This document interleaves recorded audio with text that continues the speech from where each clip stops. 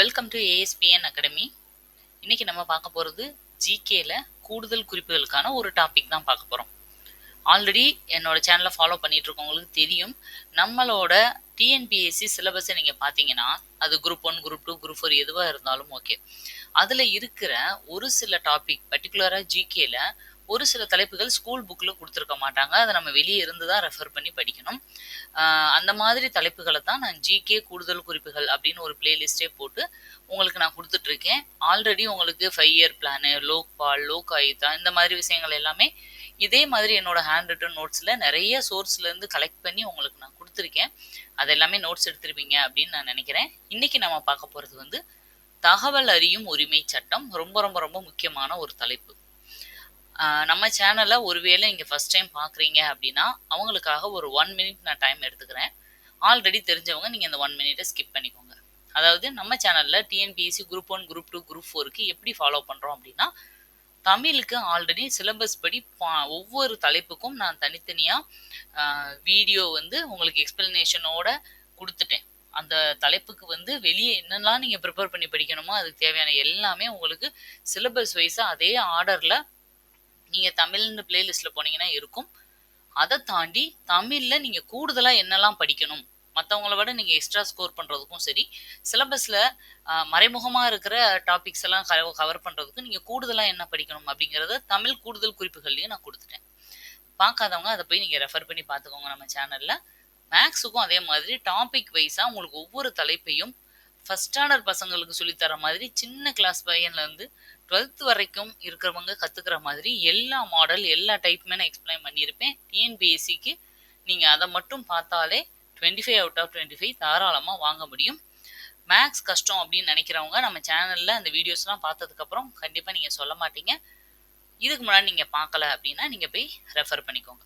ஜிகேக்கு எப்படி அப்படின்னா, முக்கியமான 120 லெசன்ஸை மட்டும் மொத்த ஜிகே டாபிக்லேருந்து செலக்ட் பண்ணி அந்த 120 லெசனையும் இதே மாதிரி என்னோட ஹேண்ட் ரிட்டன் நோட்ஸ் வச்சு நான் 50 பக்கம் இருக்கிற டாப்பிக்கை கூட 5 பக்கமாக சுருக்கி உங்களுக்கு எக்ஸ்பிளைன் பண்ணியிருப்பேன்.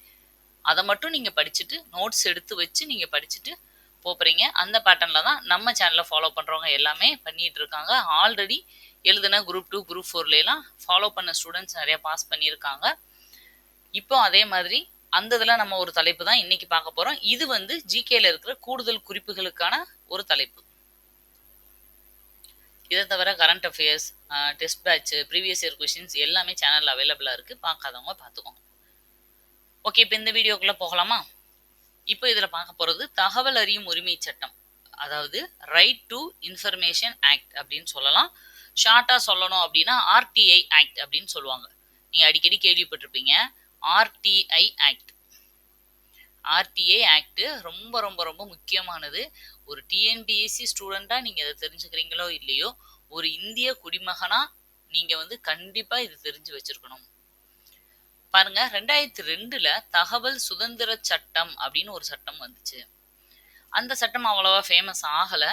அந்த சட்டத்தவே இன்னும் கொஞ்சம் அட்வான்ஸ்டாக பண்ணி அதில் நிறைய சேர்த்து ஒரு முழு சட்டமாக கொண்டு வந்தது தான் 2005 தகவல் அறியும் உரிமை சட்டம். டேட் என்ன அப்படின்னு பார்த்தீங்கன்னா அக்டோபர் 12 தான் இது அமலுக்கு வந்துச்சு. பாருங்க, 2005 இந்த சட்டம் வந்துருச்சு. ஆனால் இந்த சட்டத்தை பற்றி இன்னும் நிறைய பேர் தெரிஞ்சுக்காமவே, அப்படின்னா என்ன அப்படின்னே தெரியாதவங்க எவ்வளோ பேர் இருக்காங்க. 2025 கிட்டத்தட்ட 20 வருஷம் ஆயிடுச்சு. இன்னமும் இதை பற்றி தெரியாதவங்க நிறைய பேர் இருக்காங்க. ஏன் அப்படின்னா இது ஸ்கூல் புக்கில் இன்னும் ஒரு பாடமாவோ, இன்னுமே நீங்கள் பாருங்கள் ஸ்கூல் புக்கில் இந்த கண்டென்ட் இல்லைன்னு நம்ம வெளியே தான் ரெஃபர் பண்ணி படிச்சுட்டு இருக்கோம். ஏன் இந்த மாதிரி விஷயங்கள்லாம் ஆட் பண்ணாமல் இருக்காங்கன்னு எனக்கு தெரியல. ஏன்னா இது கவர்மெண்ட்டை வந்து எதிர்த்து நம்ம கேள்வி கேட்கறதுக்காக இதை நம்ம என்ன சொல்லலாம், குடிமக்களின் ஆயுதம்னு கூட சொல்லலாம். குடிமக்களின் ஆயுதம் இல்லை குடிமக்களுக்கு கிடைச்ச ஒரு வரம் அப்படின்னு சொல்லலாம். அந்த அளவுக்கு ஒரு சூப்பரான ஒரு ஆக்ட் தான் இந்த ஆக்ட். பட் இது எப்படின்னா கவர்மெண்ட்டை எதிர்த்து குடிமக்கள் கேட்குற கேள்விகள். அதனால தான் என்னவோ இன்னமும் இதை எல்லாருக்கும் தெரியப்படுத்த வந்து அவங்க விரும்பலை. பெருசாக வந்து பப்ளிஷ் பண்ண மாட்டாங்க, ஸ்கூல் புக்கில் இந்த கண்டென்ட்லாம் கொடுக்க மாட்டாங்க. பட் நம்ம கண்டிப்பாக தெரிஞ்சுக்கணும். ஓகே, பாருங்க, இதோட நோக்கம் என்ன ஃபர்ஸ்ட், அந்த அளவுக்கு இதில் என்ன இருக்கு முக்கியத்துவம் அப்படின்னா, நம்ம வந்து கவர்மெண்ட்டை எதிர்த்து இல்ல. அவங்கள வந்து நம்ம வந்து குற்றம் சொல்லணும் அப்படிங்கிற காரணத்துக்காக மட்டும் கிடையாது. தெரிஞ்சுக்க வேண்டியது நம்மளோட கடமை, நம்மளோட உரிமை. எந்த ஒரு விஷயத்தையும் இப்ப அரசு அலுவலகம் சார்ந்ததோ, இல்ல அரசு அலுவலர் ஓகேவா? அந்த ஆஃபீசர் சம்மந்தப்பட்டதாவோ, இல்ல நீங்களே ஒரு மனு குடுக்குறீங்க. அந்த மனுவுக்கு பல வருஷமா, இல்ல ரொம்ப நாளா வந்து நாள் கணக்குல தள்ளி போடுறாங்க, மாச கணக்குல தள்ளி போடுறாங்க. அந்த மனுவுக்கு பதிலே இல்ல. ஓகேவா? ரியாக்ஷனே இல்லாம கிடக்கு அப்படின்னாலோ, இல்ல இந்த கவர்மெண்ட்ல நெறைய டெண்டர்ஸ் விடுவாங்க.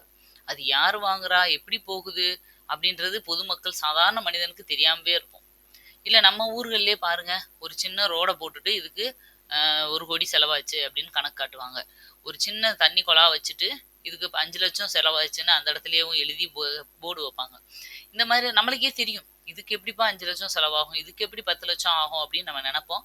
பட் நம்ம என்ன செய்வோம்? இது நம்ம என்ன பண்றது? இது கவர்மெண்ட்டோடது அப்படின்னு போய்க்கிட்டே இருப்போம். பட் என்னன்னா, நம்மனால எதிர்த்து அதை கேட்க முடியும். உண்மையிலே இந்த டெண்டருக்கு இவ்வளோ ஆச்சா? இதுக்கு எவ்வளவு நீங்க குடுத்தீங்க? உண்மையிலே எவ்வளவு செலவாச்சு? இந்த கட்டடத்த கட்டுறதுக்கு உண்மையிலே எவ்வளவு செலவாச்சு? அந்த லிஸ்ட் எங்களுக்கு வேணும். இந்த மாதிரி எந்த விஷயம்னாலும், நீங்க கவர்மெண்ட் ஆஃபீஸையோ, இல்ல ஆஃபீசர்ஸையோ எதிர்த்து கேள்வி கேட்கக்கூடிய ஒரு சட்டம் தான் இந்த ஆர்டிஐ ஆக்ட். அனைத்து பொது அலுவலக பணிகளின் வெளிப்படைத்தன்மை மற்றும் பொறுப்புடைத்தன்மையை ஊக்குவிப்பது. அதாவது டிரான்ஸ்பரன்சி அப்படின்னு சொல்லுவாங்க. லஞ்சம் ஊழலை வந்து குறைக்கிறதுக்காக தான் மெயினா இந்த சட்டமே. வெளிப்படையா இருக்கணும். அவங்க வந்து மறைமுகமா ஒவ்வொரு விஷயம் செய்ய செய்ய தான் அதுக்குள்ள லஞ்சமும் ஊழலும் எல்லாமே வர ஆரம்பிக்குது. வெளிப்படையா அவங்க செய்யற விஷயங்கள் மக்களுக்கு தெரிய ஆரம்பிச்சா ஆட்டோமேட்டிக்கா அவங்க வந்து இப்போ ஒரு இடத்துல கேமரா போடுற மாதிரி. கேமராவே இல்லாத இடத்துல தப்புக்கள் அதிகமா நடக்க வாய்ப்பு இருக்கு. அந்த இடத்துல ஒரு கேமரா இருக்குன்னா ஆட்டோமேட்டிக்கா தப்பு குறையும் இல்லையா? அந்த மாதிரி தான் இந்த ஆர்டிஏ ஆக்ட். நம்ம மக்கள் பார்த்துக்கிட்டே இருக்காங்க. எந்த நேரத்துலயும் அவங்களால கேள்வி கேட்க முடியும் அப்படின்னும் போது, ஆட்டோமேட்டிக்கா கவர்மெண்ட் ஆஃபீஸ்ல வேலை பார்க்குறவங்களுக்கு ஒரு பயம் இருக்கும். பாருங்க இதுல எக்ஸப்ட் ஜம்மு அண்ட் காஷ்மீர் நான் போட்டிருப்பேன். அது எப்போ 2016ல ஜம்மு காஷ்மீரோட அந்த 370 ஆர்டிகிள் 370வது சிறப்பு அந்தஸ்தை கேன்சல் பண்ணாங்க இல்லையா? அதுக்கு முன்னாடி வரைக்கும் தான் இந்த தகவல் அறியும் உரிமை சட்டம் ஜம்மு காஷ்மீருக்கு வந்து பொருந்தாததா இருந்துச்சு. ஆனா எப்ப ஜம்மு காஷ்மீரையும் அதோட சிறப்பு அந்தஸ்தெல்லாம் புடுங்கிட்டு எப்போ 2019ல எடுத்துட்டு மற்ற ஸ்டேட் மாதிரியே ஜம்மு காஷ்மீரும் இந்தியாவில் ஒரு ஸ்டேட் தான் அப்படின்னு கொண்டு வந்ததுக்கு அப்புறம் இந்த தகவல் அறியும் உரிமை சட்டம் அதுக்கும் பொருந்தும். உங்களுக்கு புரிஞ்சிருக்கும்னு நினைக்கிறேன் டீட்டெயிலா. ஓகே, இப்போ அதுக்கு மேலே ஒன்று சொல்லிடுறேன். நீங்கள் வந்து வீடியோ வந்து பார்க்கும்போது ஜஸ்ட் நோட்ஸ் எடுக்கும்போது இது அப்படியே நான் எழுதியிருக்கத காப்பி பண்ணாதீங்க. உங்களுக்கு என்ன புரிஞ்சுச்சோ அதை எழுதுங்க. அதே மாதிரி இதில் இருக்கிறத மட்டும் காப்பி பண்ணாதீங்க. நான் பேசும்போது நிறைய எக்ஸ்ட்ரா பாயிண்ட்ஸ் சொல்லுவேன். அதையும் நோட் பண்ணி வச்சுக்கோங்க. ஓகே, நெக்ஸ்ட் சட்டத்தின் முக்கிய அம்சங்கள். சரி, இந்த சட்டம் என்ன, இது எப்படி வந்து செயல்படுது அப்படிங்கிறத பார்ப்போம். எந்த ஒரு குடிமகனும் பொது அலுவலகத்திடம் இருந்து, அதாவது அரசு அல்லது தன்னிச்சையான நிறுவனம் ஓகேவா, தகவல் கோரினால், அப்போ பிரைவேட் சம்பந்தப்பட்ட ஆபீஸ்லயும் நம்ம கேட்கலாமா அப்படின்னா அப்படி கிடையாது. பிரைவேட் ஆஃபீஸ் தான், ஆனால் கவர்மெண்ட்டோட ஸ்பான்சர்ல இயங்கிட்டு இருக்கும். இப்போ ஸ்கூல்ல வந்து மேனேஜ்மெண்ட் ஸ்கூல் அப்படின்னு சொல்லுவாங்க. அதுக்கு ஸ்டாஃபுக்கெல்லாம் சம்பளம் கவர்மெண்ட் கொடுக்கும். ஆனால் ஸ்கூலை வந்து ரன் பண்றது ஒரு தனியார் தான் ரன் பண்ணிட்டு இருப்பாங்க. இந்த மாதிரி கவர்மெண்ட் மேனேஜ்மெண்ட்ல ரன் ஆகிற எந்த விஷயத்தையும் நம்ம கேள்வி கேட்க முடியும். கவர்மெண்ட்டோட ஸ்பான்சர்ல இயங்குற எந்த ஒரு விஷயத்தையும் கேட்க முடியும். பிளஸ் கவர்மெண்ட் ஆஃபீஸையும் கொஸ்டின் பண்ண முடியும். ஃபர்ஸ்ட் பாருங்க, ஃபர்ஸ்ட் நம்ம வந்து ஒரு விஷயத்த இன்ஃபார்ம் பண்றோம் ஓகேவா. இதுல எழுதல, நான் சொல்றேன். இப்போ வந்து நீங்க என்ன பண்ணலாம் அப்படின்னா, இது எப்படி அப்ளை பண்ணலாம் அப்படின்னா, இதுக்குன்னு தனியா வந்து உங்களுக்கு பெரிய எதுவும் ஃபார்மோ அப்படிலாம் எதுவுமே கிடையாது. நீங்க சாதாரண ஒரு வெள்ளை பேப்பர்ல பிளைன் ஷீட்ல உங்களோட கோரிக்கை என்னவோ அதை நீங்க எழுதி உங்களோட லோக்கல்ல உங்க ஊர்ல இருக்கிற போஸ்ட் ஆஃபீஸ் மூலமாவே அனுப்பி வைக்கலாம். ஆனா நீங்க எழுதுற அந்த இது எப்படி இருக்கணும், ஃபர்ஸ்ட் தகவல் அறியும் உரிமை சட்டம்ன்ற இன்ஃபர்மேஷன் அந்த தலைப்பை இங்க போட்டுட்டு அனுப்புனர் பெறுநர் கண்டிப்பா இருக்கணும். புரியுதுங்களா? அனுப்புனர்ல உங்க பேரும், பெறுநர் நீங்க எந்த டிபார்ட்மெண்ட்டுக்கு எழுதுறீங்க அப்படிங்கிற விஷயமும் கண்டிப்பா இருக்கணும். இந்த அனுப்புனரே இல்லாம அனுப்புனா உங்களோட லெட்டரை வந்து கன்சிடர் பண்ண மாட்டாங்க. ஏன்னா அது ஒரு மொட்டை கடிதாசி மாதிரி. ஓகேவா? உங்க பேரவே சொல்ல உங்களுக்கு தைரியம் இல்ல. உங்களுக்கு இன்ஃபர்மேஷன் குடுக்கணுன்ற அவசியம் இல்லன்ற மாதிரி. அதனால கண்டிப்பா அனுப்புனர், பெறுநர் இருக்கணும். நீங்க வந்து அத வந்து ஒரு ரூ. 10 ஸ்டாம்ப் அப்படின்னு சொல்லுவாங்க. அந்த ஸ்டாம்ப வாங்கி ஒட்டி லோக்கல் நீங்க போஸ்ட் ஆஃபீஸ்லயே நீங்க வந்து அனுப்புனாலே உங்களுக்கு வந்து அங்க நீங்க ரிஜிஸ்டர் பண்ண மாரி தான். இது எங்க போகும் அப்படின்னா, பிஐஓ அப்படிங்கிற ஒருத்தர்கிட்ட போகும். பிஐஓ ஆஃபீஸர் அதாவது பெர்சனல் சாரி பெர்சனல் இல்ல, பப்ளிக். ஓகேவா? Public information officer. Public information officer. ஆஃபீசர்ன்னு ஒருத்தர் இருப்பாரு. அவர்கிட்ட வந்து நம்மளுக்கு வந்து இது கம்ப்ளைண்ட் போகும். அவர் தான் நம்மளுக்கு பதில் சொல்லுவாரு. ஓகேவா? ஒருவேளை எனக்கு எந்த டிபார்ட்மெண்ட்ட கேள்வி கேட்கணும்னே தெரியல அப்படின்னு யாராவது தோணுதுன்னு வச்சுக்கோங்க. ஏன்னா எல்லாரும் படிச்சவங்க கிடையாது. எல்லாருக்கும் எல்லாருமே தெரியாது. எனக்கு எந்த டிபார்ட்மெண்ட்டுக்கு கேட்கணும்னே தெரியல. பெறுநர் நான் யார போடனே தெரியலன்னா, நீங்க காமனா உங்க ஏரியால இருக்கிற கலெக்டர் ஆஃபீஸுக்கு போய் அவர் கலெக்டர் பேர போட தேவையில்ல. அ கலெக்டருக்குன்னு சொல்லி நீங்க விண்ணப்பமாவே கூட நீங்க இந்த தகவல் அறியும் உரிமை சட்டத்த அனுப்பலாம். உங்க லெட்டர அனுப்பலாம். பெறுநர்ல கலெக்டர் பேர். உங்களோட கலெக்டருக்கு வந்து பேர போட்டு கலெக்டர் ஆஃபீஸுக்கு நீங்க அனுப்பி வைக்கலாம். அவங்க அந்த உள்ள இருக்க பிரச்சனைய படிச்சுட்டு, அத எங்க ஃபார்வர்ட் பண்ணணுமோ அவங்களே ஃபார்வர்ட் பண்ணிருவாங்க. புரியுதா? இப்ப எப்படி அப்ளை பண்றதுன்றது உங்களுக்கு புரிஞ்சிருச்சு இல்லையா? இப்போ இந்த என்ன ஆகும்? 30 நாளுக்குள்ள அவங்க உங்களுக்கு இன்ஃபர்மேஷன வந்து குடுப்பாங்க. ஓகேவா? தனிநபரோட உயிர் சம்மந்தப்பட்டதோ, இல்ல தனி உரிமை தகவலாவோ இருந்தா, ரொம்ப முக்கியமானது. இப்போ ஒரு உயிர் சம்மந்தப்பட்ட விஷயம் உடனே அது தெரியணும் அப்படின்னா, 48 ஹவர்ஸ்க்குள்ள கூட ரிப்ளை பண்ற மாதிரி எல்லாம் சட்டங்கள் இருக்கு. துணை பொது தகவல் வழங்கும் அதிகாரியிடம், அதாவது அசிஸ்டன்ட் பிஐஓ கோரப்பட்ட தகவல் அவர்கிட்ட நம்ம ஒண்ணு கேட்டு அனுப்பியிருக்கோம்னா 35 நாளுக்குள்ள அந்த பிஐஓக்கு கீழே அசிஸ்டன்ட் இருப்பார் இல்லையா, அவர்கிட்ட ஏதோ ஒரு இன்ஃபர்மேஷன் கேட்டு அனுப்புறோம் அப்படின்னா 35 நாளுக்குள்ள அவர் அனுப்பி ஆகணும். ஒவ்வொன்றுக்கும் ஒரு டெட்லைன் இருக்கு. இந்த நாளுக்குள்ள அனுப்பணும், இந்த நாளுக்குள்ள. மூணாவது நபர் தலையீட்டின் போது தகவல் மூணாவதா ஒருத்தர் அதுல இன்டர்ஃபியர் ஆயிருக்காங்க, ஒரு சில விஷயங்கள் எனக்கு வேணும் அப்படின்னா 40 நாட்களுக்குள்ள தனிநபர் என்னோட விஷயம் நான் கேட்கணும் அப்படின்னா எனக்கு 30 நாளோ இல்ல 48 ஹவர்ஸ்லயோ அந்த எமர்ஜென்சியை பொறுத்து வந்துடும். இல்ல எனக்கு வேற ஒருத்தர் மூணாவது நபரை பத்தின இன்ஃபர்மேஷன் நான் கேட்கிறேன் அப்படின்னா 40 நாளுக்குள்ள அட்லீஸ்ட் எனக்கு இன்ஃபர்மேஷன் வரணும். ஒருவேளை குடுக்கல அப்படின்னா பதில் அளிக்காட்டியோ இல்ல தவறான தகவல் கொடுத்தாலோ, நல்லா கவனிச்சுக்கோங்க. பதில் போடாம இருந்தா தானே ஃபைன் அப்படின்னு நினைக்காதீங்க. தவறான பதில் குடுத்தாலும் கண்டிப்பா அந்த ஆஃபீஸருக்கு கவர்மெண்ட் ஃபைன் போடுவாங்க. ஆயிரக்கணக்குல இருந்து லட்சக்கணக்குல கூட ஃபைன் வந்து அவங்களுக்கு விழுகும். அந்த மனுவ பொறுத்து. ஓகேவா? அந்த விஷயத்த பொறுத்து, அதோட இம்பார்ட்டன்ஸ பொறுத்து. அதனால என்ன பண்ணுவாங்க? ஆனா அந்த அது ஒண்ணு நல்லா தெரிஞ்சுக்கோங்க. அந்த ஃபைன் பணம் யார் அப்ளை பண்றாங்களோ அவங்களுக்கு போகாது. அதுக்காகவே அப்புறம் அப்ளை பண்ணலாம் அப்படின்னு யாரும் நினைச்சிடக்கூடாது இல்லையா? நான் சொல்றேன். நீங்க அப்ளை பண்றீங்கன்னா, உங்களுக்கு 30 நாளுக்குள்ள இன்ஃபர்மேஷன் வரல, இல்ல 40 நாளுக்குள்ள வரல அப்படின்னா, அந்த ஆஃபீஸருக்கு கண்டிப்பா ஃபைன் போடுவாங்க. ஆனா அந்த ஃபைன் கவர்மெண்ட்டுக்கு போகும். ஒருவேளை இந்த டிலேனால எனக்கு இவ்வளவு பண நஷ்டம், பொருள் நஷ்டம் ஆயிருக்கு அப்படின்னு நீங்க மேல்முறையீடு பெர்சனலா பண்ணும்போது, உங்களுக்கும் ஒரு குறிப்பிட்ட தொகை வழங்கப்படும். ஓகேவா? வெரிஃபை பண்ணிட்டு பணம் உங்களுக்கு அதனால இழப்பீடு ஏற்பட்டிருந்தா, உங்களுக்கு அவங்க ஒரு பர்ட்டிகுலரா வந்து இவ்வளவு அப்படின்னு சொல்லி ஃபைன் மணில இருந்து எடுத்து உங்களுக்கு அத சரி கட்டுவாங்க. புரியுதா உங்களுக்கு? அப்ப பதில் குடுக்காட்டியும் நம்ம வந்து அவங்களுக்கு ஃபைன் போடுவாங்க. தவறான பதில் குடுத்தாலும் ஃபைன் போடுவாங்க. எனக்கு பதிலே வரல, நான் வெயிட் பண்ணிட்டு இருக்கேன் அப்படின்னா, நீங்க கோர்ட்ல கூட இத கேஸ் போடலாம். நான் இந்த மாரி தகவல் அறியும் உரிமை சட்டத்த கேட்டேன். அவங்க எனக்கு ரிப்ளையே ஒழுங்கா பண்ணலன்னு நீங்க கோர்ட்ல கூட போய் கம்ப்ளைண்ட் பண்ணலாம். புரியுதா? சரி, ஓகே. இப்போ ஃபர்ஸ்ட் இதுல முறையீடு எப்படி இருக்கும்ன்றதையும் பார்த்துக்கோங்க. ஃபர்ஸ்ட் நம்ம ஒரு தடவ அப்ளை பண்றோம். 30 நாள் வரைக்கும் வெயிட் பண்ணணும். அந்த 30 நாள் வரைக்கும் நம்மளுக்கு பதில் வரையாட்டினா மேல்முறையீடுக்கு போலாம். 30 நாள்ல வராட்டினா முதல் மேல்முறையீடுக்கு நம்ம அப்ளை பண்ணலாம். ஃபர்ஸ்ட் மேல்முறையீடு. ஓகேவா? மேல்முறையீடு எப்ப பண்ணணும்? நம்மளுக்கு அதாவது நம்மளுக்கு ரிப்ளை வராத 30 நாளுக்குள்ள நம்ம பண்ணணும். ரொம்ப 6 மாசம் கழிச்சு 1 வருஷம் கழிச்சு வந்தெல்லாம் மெதுவா இஷ்டத்துக்கு பண்ணக்கூடாது. சரி, ஓகே. முதல் மேல்முறையீடு பண்ணியும் எனக்கு அதுலயும் ப்ராப்பரான ஆன்சர் வரல, இல்ல வந்த ஆன்சர்ல எனக்கு திருப்தி இல்ல, எனக்கு கரெக்டா வேணும்னு தோணுச்சுன்னா 2வது ஓகேவா, 2வது மேல்முறையீட நம்ம எப்ப பண்ணலாம் அப்படின்னா 90 நாள் வரைக்கும் அடுத்து வெயிட் பண்ணணும். முதல் மேல்முறையீடு பண்ணி 90 நாள் வெயிட் பண்ணணும், 3 மாசம். அதுக்கப்புறம் வரலண்டா 90 நாள் கழிச்சு நீங்க 2வது மேல்முறையீட அப்ளை பண்ணலாம். 2வது தடவையிலையும் எனக்கு சாட்டிஸ்ஃபைடா இல்ல பதில் வரல, கண்டுக்கவே இல்லை அப்படின்னா 3வது மேல்முறையீடுல என்ன பண்ணிடுவாங்கன்னா 2 பேரையும் நேரடியா வர வச்சு அப்ளை மனு கொடுத்தவங்களையும் அந்த ஆஃபீஸரையும் நேரடியா வர வச்சு 2 பேருக்கு இடையில பேசி ஒரு மீட்டிங் மாதிரி கண்டக்ட் பண்ணி அதை முடிச்சு வைப்பாங்க. புரியுதா? உங்களுக்கு டீட்டெயிலா புரிஞ்சிருக்கும்னு நினைக்கிறேன்.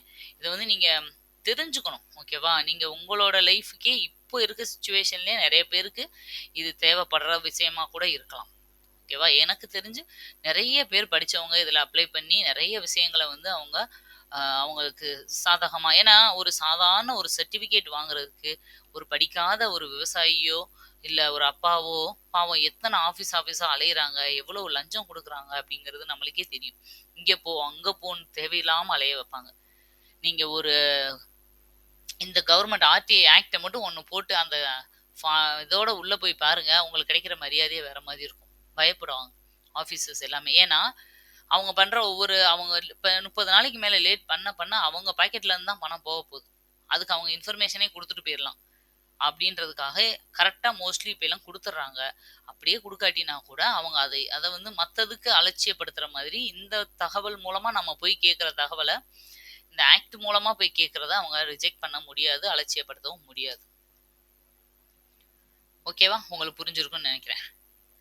அடுத்தது முக்கிய தகவல்.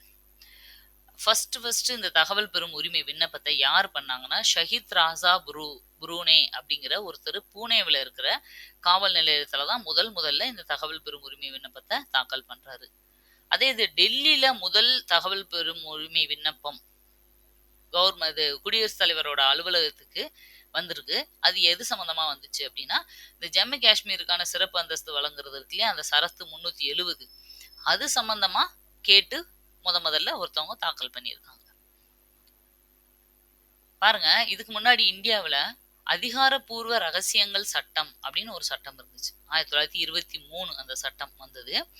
அந்த சட்டத்தின் மூலமா என்ன சொல்றாங்க அப்படின்னா பிற சிறப்பு சட்டங்கள் மூலம் தகவலை வெளிப்படுத்துதல் கட்டுப்படுத்தப்படுகிறது. 1923 வந்த அதிகாரப்பூர்வ ரகசியங்கள் சட்டம் அப்படிங்கிற சட்டம் என்ன சொல்லுது, கவர்மெண்டோட இந்த ரகசியங்களை எல்லாம் வெளியே சொல்லணும்னு அவசியம் இல்லை அப்படின்ற மாதிரி கொண்டு வந்ததுதான் அந்த சட்டம். ஆனா அதையும் மீறி ஒரு சிறப்பு சட்டமா கொண்டு வந்தது தான் இந்த ஆர்டிஐ ஆக்ட். ஆனால் இப்புதிய தகவல் அறியும் உரிமை சட்டமானது இந்த கட்டுப்பாடுகளை தளர்த்துகிறது. இந்த சட்டம் அதவே உடைச்சிருச்சு அப்படின்றது தான் இங்க கொடுத்துருக்காங்க. அரசியலமைப்பு ஒப்புதல். இந்தியாவில் உச்சநீதிமன்றமானது அரசியலமைப்பில் உள்ள சரத்து 19(1)(a) இல் உள்ள பேச்சு மற்றும் எழுத்து சுதந்திரம் ஆகியவற்றுடன் தகவல் அறியும் உரிமையும் இடம்பெற்றுள்ளதாக அறிவித்துள்ளது. இது உங்களுக்கு நான் ரீட் பண்ணது புரிஞ்சான்னு தெரியல. ஆக்சுவலா என்னன்னா கோர்ட்டு படி உச்ச நீதிமன்றத்தின்படி சுப்ரீம் கோர்ட்டோட ஆர்டிகிள் படி 19(1)(9) எப்படி ஒரு மனிதனுக்கு பேச்சுரிமை எழுத்து சுதந்திரம் எல்லாமே இருக்கோ அதே மாதிரி தகவலை கேட்டு தெரிஞ்சுக்கிற உரிமையும் இருக்குன்னு சொல்லுது. அதுபடி இந்த தகவல் அறியும் உரிமை சட்டத்தை தாராளமா நம்ம இம்ப்ளிமெண்ட் பண்ணலாம், மக்களும் வந்து அதை ஃபாலோ பண்ணலாம் அப்படிங்கிறத கோர்ட்டுமே அனுமதி கொடுக்குது. இப்போ இதுல என்னென்ன செக்ஷன்ஸ் எல்லாம் வரும், எது சம்பந்தமாலாம் நம்ம கேள்வி கேட்டுக்கலாம் அப்படின்னா இமெயில்கள் மூலமா, டாக்குமெண்ட்ஸ், அதாவது இது மூலமாலாம் நம்ம கேட்கலாம் சொல்லவில்லை, இது சம்பந்தப்பட்ட இது தொடர்பான விஷயங்களை எல்லாம் கேட்கலாம். மின் அஞ்சல்கள், டாக்குமெண்ட்ஸு, ஒரு சில ரெக்கார்டுகளை பற்றி, ஒரு சில ரிப்போர்ட்டுகளை பற்றி, டேட்டா இன் எலக்ட்ரானிக் ஃபார்ம், அதாவது எலக்ட்ரானிக் ஃபார்மில் நம்ம டேட்டாவா சாம்பிளாக வாங்கிக்கலாம், ப்ரெஸ் ரிலீஸுகளை வச்சு நம்ம கேட்கலாம், இந்த கான்ட்ராக்ட் ஒப்பந்தங்கள் அக்ரிமெண்ட்லாம் போட்டிருப்பாங்கல்ல அந்த மாதிரி விஷயங்கள்லாம் கேட்கலாம். அப்போ எந்த அக்ரிமெண்ட்டையும் மோடி அவர்கள் வந்து போய் வெளிநாடு கூட போடுற எல்லா ஒப்பந்தம் அக்ரிமெண்ட்டையும் நம்ம வாங்கி வாசிக்கலாமா அப்படின்னா அப்படி கிடையாது. ஒரு சில விஷயத்துக்கு இதுக்கு கட்டுப்படுத்த முடியாது, நம்ம ஒரு சில விஷயங்களை கேட்டு தெரிஞ்சுக்கவும் முடியாது. அந்த மாதிரி ஒரு சில விஷயங்களை வந்து கட்டுப்படுத்தப்பட்ட சூழ்நிலையில இதுல வச்சிருக்காங்க. ஆர்டிஐ ஆக்ட் மூலமா கூட நம்ம போய் அதெல்லாம் கேட்க முடியாது. அதெல்லாம் என்னென்னது, கட்டுப்படுத்தும் அமைப்புகள்னா இது வந்து நம்ம பார்க்க போறது என்னன்னா, எதெல்லாம் நம்ம கேட்க முடியாதுன்றது இல்ல, எதெல்லாம் நம்ம கேட்கலாம் அப்படிங்கிறத ஃபர்ஸ்ட் பார்ப்போம். யாரெல்லாம் இந்த தகவல் அறியும் உரிமை சட்டத்துக்கு கீழ கட்டுப்படுத்தப்படுறாங்க, இவங்கெல்லாம் கண்டிப்பா இந்த தகவல் அறியும் உரிமை சட்டம், அந்த தகவல ஆணையம் சொல்றதை கேட்கணும். யாரு? ஆட்சித்துறையில இருக்கிறவங்க, சட்டமன்றத்துல இருக்கவங்க, நீதித்துறை. 2வது நாடாளுமன்றம் அல்லது மாநில சட்டமன்றத்தில் நிறைவேற்றப்பட்ட சட்டத்தின் மூலம் அமைக்கப்பட்ட நிறுவனங்கள். இப்ப பார்லிமெண்ட்ல ஒரு சட்டம் மூலமா ஒரு நிறுவனத்தை வந்து அப்ரூவ் பண்ணி கொண்டு வராங்கன்னு வச்சுக்கோங்க. ஒரு சட்டம் இயற்றி அது மூலமா ஒரு நிறுவனம் புதுசா வருது அப்படின்னா அது மேல அவங்க இந்த சட்டத்தின் கீழே இருக்காங்க, அவங்களையும் யாரும் கொஸ்டின் பண்ணலாம். அடுத்தது அரசாங்கத்திற்கு சொந்தமான அல்லது அரசாங்கத்தால் கட்டுப்படுத்தப்படுகிற அல்லது அரசாங்க நிதியுதவி பெறும் நிறுவனங்கள். புரியுதா? நேரடியா அரசாங்கத்துக்கு சொந்தமானதை நம்ம கொஸ்டின் பண்ண முடியும். அரசாங்கத்தோட கண்ட்ரோல்ல இருக்கிற அமைப்புகள் மேல கொஸ்டின் பண்ண முடியும். அரசாங்கத்திலிருந்து நிதி உதவி வாங்கி அது மூலமா ரன் ஆயிட்டு இருந்த நிறுவனங்கள் மேலேயும் நம்ம கேள்வி கேட்க முடியும். ஏன்னா இந்த அரசாங்கம் இது மக்களாட்சி. அரசாங்கம்ன்றது மக்கள்லாம் சேர்ந்து ஏற்படுத்தி வச்சிருக்க ஒரு அமைப்பு. நம்ம தான் மக்களாட்சியோட தலைவர்கள், மக்கள் தான். அப்ப மக்கள் யாரை வேணாலும் கொஸ்டின் பண்ண முடியும் அப்படிங்கிறத நிரூபிக்கிறதுக்கு தான் இந்த சட்டத்தோட ஒரு மைய கருத்தா இருக்கு. அடுத்து என்ன? நேரடியாகவோ அல்லது மறைமுகமாகவோ அரசாங்கத்தால் நிதி பெறும் அரசு சாரா நிறுவனம். அரசு சாரா நிறுவனத்தையும் நம்ம கொஸ்டின் கேட்க முடியும். எந்த சிச்சுவேஷன்ல? ஒன்று நேரடியாவோ இல்ல மறைமுகமா, ஓகேவா, வெளிப்படையா தெரியாது, பட் பேக்ரவுண்ட்ல அவங்க மூலமா தான் ரன் ஆயிட்டு இருக்கும். இந்த மாதிரி கவர்மெண்ட் இருந்து நிதி வாங்கி ரன் ஆயிட்டு இருக்கிற ஒரு பிரைவேட் இன்ஸ்டியூட்டு, ஒரு பிரைவேட் செக்டாரா இருந்தாலும் நம்ம கொஸ்டின் பண்ண முடியும்.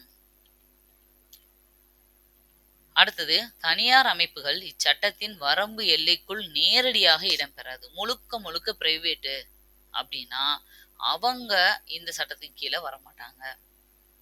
உங்களுக்கு புரியுதா? முழுக்க முழுக்க இப்போ ஒருத்தர் உங்க ஊர்ல ஒரு தனியா ஒரு பிசினஸ் பண்றாரு, ஓகேவா, அவர் வந்து ஏதோ ஒரு தொழில பிசினஸ் பண்ணி போயிட்டு இருக்காரு. அவரை பத்தி நான் இன்ஃபர்மேஷன் வாங்குறேன்னு போய் நீங்க ரைட் டு இன்ஃபர்மேஷன் ஆக்ட் போட்டு வாங்கிட்டு இருக்க முடியாது. முழுக்க முழுக்க தனியாரோட அமைப்பு மேல நம்ம கேட்க முடியாது. கவர்மெண்டோட இன்ஃப்ளூயன்ஸோ இல்ல அவங்களோட நிதி உதவியிலையோ ரன் ஆகுறத மட்டும் தான் கேட்க முடியும். தனியார் பொது பயன்பாட்டு நிறுவனம் இச்சட்டத்தின் எல்லைக்குள் உள்ளது என்பதை உறுதிப்படுத்தியது சர்ப்ஜித் ராய் வெர்சஸ் டெல்லி மின்சார ஒழுங்குமுறை ஆணைய வழக்கு. இப்ப இதுல ஒரு பர்டிகுலர் கேஸ் வர ஆரம்பிக்குது. இப்ப என்னன்னா, தனியார் தான் அதை நடத்துது, முழுக்க முழுக்க தனியார் கண்ட்ரோல்ல தான் இருக்கு. ஆனா அது எது சம்பந்தப்பட்ட நிறுவனம்? பொது பயன்பாட்டு நிறுவனம். பொது பயன்பாட்டுனா நிறுவனம் என்னதுன்னா, மக்களுக்கு சேவை பண்ற மாதிரி ஒரு காமன் செக்டார், ஓகேவா, காமன் சர்வீஸ் செக்டாரா இருக்குது. அப்படி இருந்தா அதை கேள்வி கேட்கலாம்னு இப்போ லேட்டஸ்டா உள்ள கொண்டு வந்திருக்காங்க. எந்த கேஸ் மூலமா இந்த சட்டத்தை புதுசா போட்டாங்க அப்படின்னா, சர்ப்ஜித் ராய் பிளஸ் டெல்லி மின்சார ஒழுங்குமுறை ஆணை வழக்கு. இப்போ அதாவது ஒரு தனியார் நிறுவனம் தான், ஆனா அதுல முழுக்க முழுக்க பயனாளிகளோ இல்ல பாதிக்கப்படுறவங்களோ மக்களா இருந்தா, அது பொது பயன்பாடு சம்பந்தப்பட்ட துறையா இருந்தா அதுல நம்ம கொஸ்டின் கேட்க முடியும். புரிஞ்சிருக்கும்னு நினைக்கிறேன். இன்னும் சரியா புரியலைன்னா நீங்க கமெண்ட்ல கேளுங்க, நான் டீட்டெயிலா சொல்றேன். அடுத்தது 2014 படி அரசாங்கத்திடமிருந்து 95% மேல் கட்டமைப்பு நிதி பெறும் தனியார் நிறுவனங்கள் மற்றும் அரசு சாரா நிறுவனம் இச்சட்டத்தின் கீழ். அதுக்கப்புறம் 2014 வேற யாரெல்லாம் இது கீழே கொண்டு வந்திருக்காங்க அப்படின்னா, முழுக்க முழுக்க 95% வந்து கவர்மெண்ட் கிட்ட இருந்து காசை வாங்கி தான் அந்த பில்டிங்கே கட்டியிருப்பாங்க, அந்த அமைப்பே உருவாகி இருக்கும். லோன் போட்டோ இல்ல இப்ப நம்ம ஊர்ல எல்லாம் இப்ப வீடு கட்டுறாங்கல்ல, பசுமை வீடு, இந்த மாதிரி வீடுகள்லாம் கட்டுறாங்க. அதுல முக்கால்வாசி பணம் கவர்மெண்ட் தான் கொடுக்கும், ரொம்ப கம்மியானது தான் மக்கள் போட்டு பணம் வீடு கட்டுவாங்க. அப்ப அது கவர்மெண்ட் கட்டி கொடுத்த வீடுன்னு தான் சொல்லுவாங்க.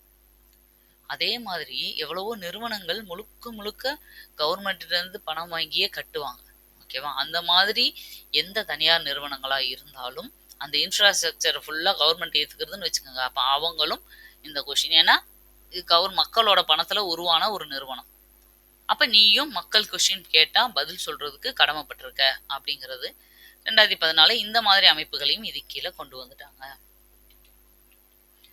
நெக்ஸ்ட் நம்ம பார்க்க போகிறது தான் விதி விலக்குகள்.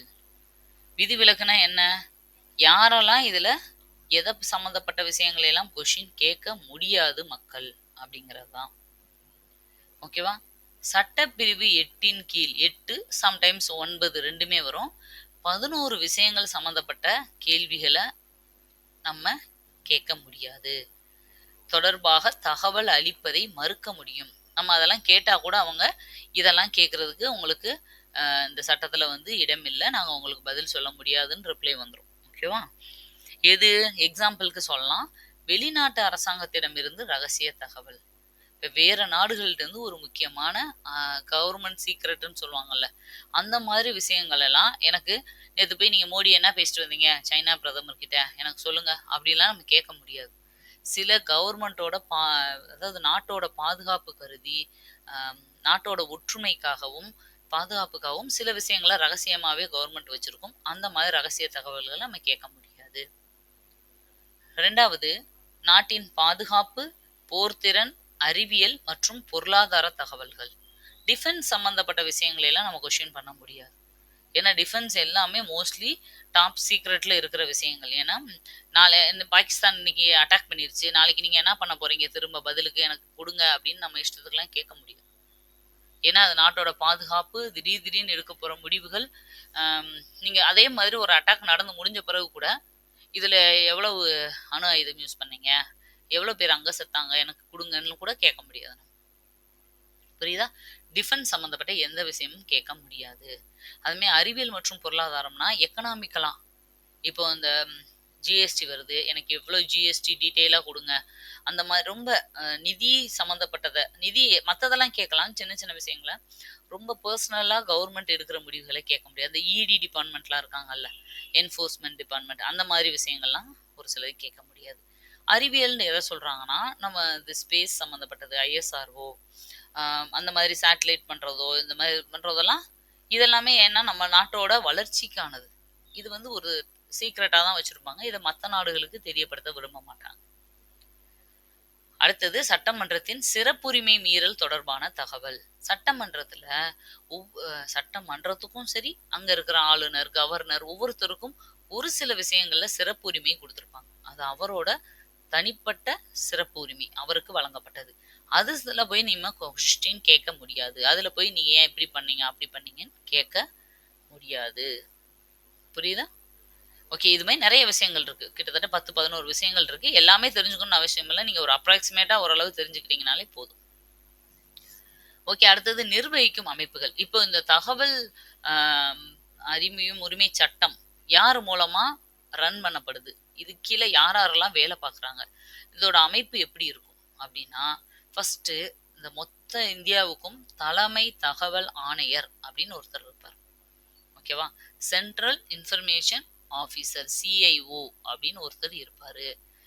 எப்படி தேர்தல் ஆணையத்தில் ஒருத்தர் இருக்காரு, யூபிஎஸ்சிக்கு ஒரு ஆணையர் இருக்காரு இல்லையா, அது மாதிரி. இவரோட பதவிக்காலமும் 5 ஆண்டுகள் தான். இவர் கிட்டத்தட்ட தலைமை தேர்தல் ஆணையருக்கு நிகரான ஊதியம் இவருக்கு வழங்குவாங்க. இந்தியாவுக்கே தலைமை தேர்தல் ஆணையர் ஒரு ரொம்ப பெரிய ஆளு, முக்கியமானவர். அவருக்கு கொடுக்குற ஈக்குவலான சம்பளம் இவருக்கும், அதே அளவு மரியாதையும் இவருக்கும் கொடுக்கப்படும். இதுக்கப்புறம் மத்திய தகவல் ஆணையர், ஓகேவா, அப்படின்னு ஒருத்தர் இருப்பாரு. இவர் குடியரசுத் தலைவரோட நேரடி கட்டுப்பாட்டின் கீழே செயல்பட்டு இருப்பார். எல்லா விஷயங்களையும் ரிப்போர்ட்டும் அவர் குடியரசுத் தலைவருக்கு தான் பாஸ் பண்ணுவார். அடுத்தது மத்திய பொது தகவல் அதிகாரிகள். இந்த தகவல் ஆணையருக்கு கீழே சில ஆபீசர்ஸ் இருப்பாங்க, பொது தகவல் ஆபீசர்ஸ் அப்படின்னு, சென்ட்ரல் பப்ளிக் இன்ஃபர்மேஷன் ஆபீசர்ஸ். அடுத்தது ஒவ்வொரு மாநிலத்திலையும் மாநில தகவல் ஆணையங்கள் இருக்கும். அதுக்கு பேர் தான் state public information, state information committee அந்த மாதிரி சொல்லுவாங்க. ஓகேவா? அடுத்தது பொது தகவல் வழங்கும் அதிகாரியின் அலுவலகம். இதுக்குன்னு தனியா ஒரு ஆஃபீஸே இருக்கும். அந்த ஆஃபீஸில் போய் நம்ம நேரடியாக ரெஜிஸ்டர் பண்ணலாம் கம்ப்ளைண்ட்டை. ஒவ்வொரு ஸ்டேட்லேயும் இது இருக்கும் இல்லையா, அதனால அங்கே இருக்கிற ஆளுநரோட நேரடி கட்டுப்பாட்டின் கீழே இது இருக்கும். அதாவது போஸ்ட் ஆஃபீஸில் போய் நம்ம செலுத்தலாம், இப்போ எல்லாம் ஆன்லைனில் கூட பண்ணலாம். ஒரு சில இடங்களில் இதுக்குன்னே தகவல் அறியும் உரிமை சட்டத்துக்குன்னே கால் சென்டர்ஸ் எல்லாம் இருக்கும். ஓகேவா? அந்த மாதிரி எதில் வேணாலும் நம்ம கம்ப்ளைண்ட்டை ரெஜிஸ்டர் பண்ணலாம். இப்ப இந்த கமிட்டியில யார் இருப்பாங்க? இப்ப மத்திய அளவுலன்னு பார்த்தா, பிரதமர். அவர் தான் இந்த தேர்வு குழுவோட தலைவரா இருப்பாரு. மக்களவைய சேர்ந்த மக்களவையில இருக்கிற எதிர்க்கட்சி தலைவர் ஒருத்தர் இருப்பாரு.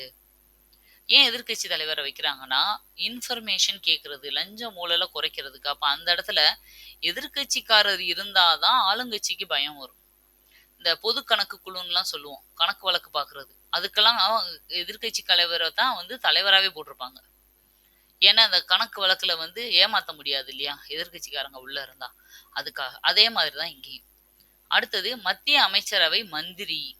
பிரதமரால நியமிக்கப்பட்ட ஒரு சென்ட்ரல் மினிஸ்டர் இருப்பார். இது சென்டர் லெவல்ல, மத்திய அளவுல.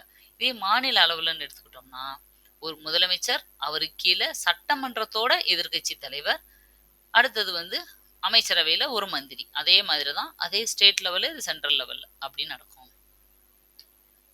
அடுத்தது கட்டணம். இதுக்கு எவ்வளவு பணம் அப்படின்னு பார்த்தா, மத்திய அரசுக்கு இந்த இதை அப்ளை பண்றதுக்கு 10 ரூபா நம்ம கொடுத்தா போதும். 10 ரூபாய நம்ம வந்து டிடியா எடுத்து அனுப்பலாம். ஸ்டாம்ப் வாங்கி அதுல ஒட்டி அனுப்புவாங்க. 10 ரூபா தான் ஜஸ்ட். நீங்க ரொம்ப எடுக்க தேவையில்லை. அது மாதிரி மாநில அளவுலன்னு பார்த்தா ஒவ்வொரு மாநிலத்திலையும் ஒவ்வொரு மாதிரி இருக்கும் அமௌண்ட். எதுவுமே 10 ரூபாய்க்கு மேல இருக்காது. 2 ரூபா, 3 ரூபா, 5 ரூபான்னு ஒவ்வொரு மாநிலத்திலையும் ஒவ்வொரு மாதிரி ஃபிக்ஸ் பண்ணியிருப்பாங்க.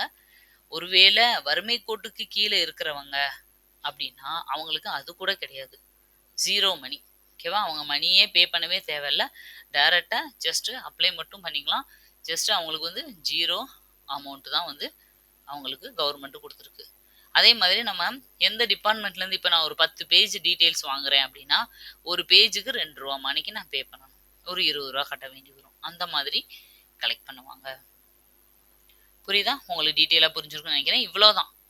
அதாவது கவர்மெண்ட்டை எதிர்த்து நம்ம கேள்வி கேட்க முடியும் அப்படிங்கிற ஒரு தைரியத்தை மக்களுக்கும், மக்கள் எந்த நேரத்திலையும் கேள்வி கேட்பாங்க, நம்ம பதில் சொல்ல வேண்டி வரும் அப்படிங்கிற பயத்தை கவர்மெண்ட் ஆஃபீஸர்ஸ்க்கும் கொடுக்கறதுக்காக கொண்டு வந்த ஒரு சட்டம் தான். இதை கண்டிப்பா ஒவ்வொரு குடிமகனா இருக்கிற நம்ம தெரிஞ்சுக்கணும். நீங்க ஒருத்தர் இந்த எக்ஸாமுக்காக நீங்க ப்ரிப்பேர் பண்ணாலும் சரி, நீங்க ஒருத்தர் தெரிஞ்சுக்கிறதுனால கண்டிப்பா உங்க பிள்ளைங்களுக்கும் உங்க அம்மா அப்பாவுக்கும் நீங்க அதை சொல்லுவீங்க. ஆட்டோமேட்டிக்கா இது எல்லாருக்கும் ஸ்ப்ரெட் ஆகும். ஒரு மேக்சிமம் பேருக்கு இது யூஸ்ஃபுல்லா இருக்கும் நான் நம்புறேன். அடுத்தது ஃபைனலா இதுல ஒண்ணு மட்டும் சொல்லிடுறேன். இதை வந்து நிறைய அந்த ரைட் டு இன்ஃபர்மேஷன் வந்து வெப்சைட்டும் இப்போ ஆன்லைன்ல அவைலபிளா இருக்கு. உங்களுக்கு நான் ஒரு சிலது மட்டும் கொடுத்துட்றேன் பாருங்க. www.right2information.government.in அப்படிங்கிற வெப்சைட்லையும் போய் நீங்க பார்க்கலாம். இல்ல www.rtindia.org ஆர்கனைசேஷன் சொல்லுவாங்களா, அதுமாதிரி ஆர்க் இந்த இதுலையும் பார்க்கலாம். இல்லை www.rtination.com அப்படிங்கிறதுல போய் நீங்கள் இந்த வெப்சைட் மாதிரி அதில் போய் நீங்கள் என்னென்னலாம் இதை பற்றின இன்ஃபர்மேஷன் வேணுமோ நீங்கள் ஜஸ்ட் வெரிஃபை பண்ணுறது, அதை பற்றின இதை வந்து பார்த்துக்கலாம். டீட்டெயில்ஸ் வந்து பார்த்துக்கிறது இதெல்லாமே பார்த்துக்கலாம். நீங்கள் உங்களோட டெய்லி லைஃப்பில் இதெல்லாம் யூஸ் பண்ணுங்கள். இல்லை உங்கள் ஊரில் படிக்காமல் தெரியாதவங்க இருக்குது, இதை எக்ஸ்பிளைன் பண்ணுங்கள். இல்லை அவங்களுக்காக ஒரு மனுவை நீங்களே எழுதி போடுங்க. அப்போ நீங்கள் இதை படிக்கவே தேவையில்லை. லைஃப் லாங் உங்களுக்கு இது மறக்கவே மறக்காது. ஓகேவா? இதில் வந்து ஆக்டில் நீங்கள் ஒரு கொஷினை தப்பாக கேட்குறதுக்காக யாரும் வந்து உங்களை அரெஸ்ட்லாம் பண்ணிட மாட்டாங்க. உங்களோட கொஷின் தவறானதாக இருந்தால் தவறு, நீங்கள் வந்து மாற்றி கேளுங்கன்னு கொஷின் வரும். இல்லை நீங்கள் கேட்டிருக்க சம்மந்தப்பட்டதுபடியாக நாங்கள் வந்து ஆன்சர் பண்ண முடியாது, இதுக்கெல்லாம் விலக்கு இருக்குது அப்படின்னு பதில் வரும். அவ்வளோதான். நீங்கள் பயப்படணும்னு அவசியம் இல்லை. ஓகேவா? ஓகே, உங்களுக்கு நல்லா தெளிவாக புரிஞ்சிருக்கும்னு நினைக்கிறேன். இது இவ்வளோதான். நீங்கள் இந்த அளவு தெரிஞ்சுக்கிட்டாலே தாராளமாக போதுமானது. இதே மாதிரி அடுத்தடுத்த தலைப்புகளை பார்க்கலாம். இன்னும் நுகர்வோர் பாதுகாப்பு சட்டம், லோக் அதாலத்து, இந்த மாதிரி நிறைய இருக்குது. அதெல்லாம் அடுத்தடுத்த வீடியோவில் பார்க்கலாம். ஒருவேளை நம்ம சேனலை ஃபஸ்ட் டைம் பார்க்குறீங்கன்னா சப்ஸ்கிரைப் பண்ணிக்கோங்க. வரப்போகிற எக்ஸாமுக்கு தேவையான எல்லாமே நம்ம சேனலில் இருக்க போது. உங்களுக்கு கம்மியான விலையில் டெஸ்ட் பேட்சில் இருந்து எல்லாமே போட்டு உங்களை எக்ஸாம் பாஸ் பண்ணுற வரைக்கும் உங்களை கைட் பண்ண போகிறோம். அதனால் தொடர்ந்து நம்ம சேனலோட கனெக்டடாக இருங்க. ஓகே, மறுபடியும் அடுத்த வீடியோவில் உங்களை மீட் பண்ணுறேன். Thank you, by.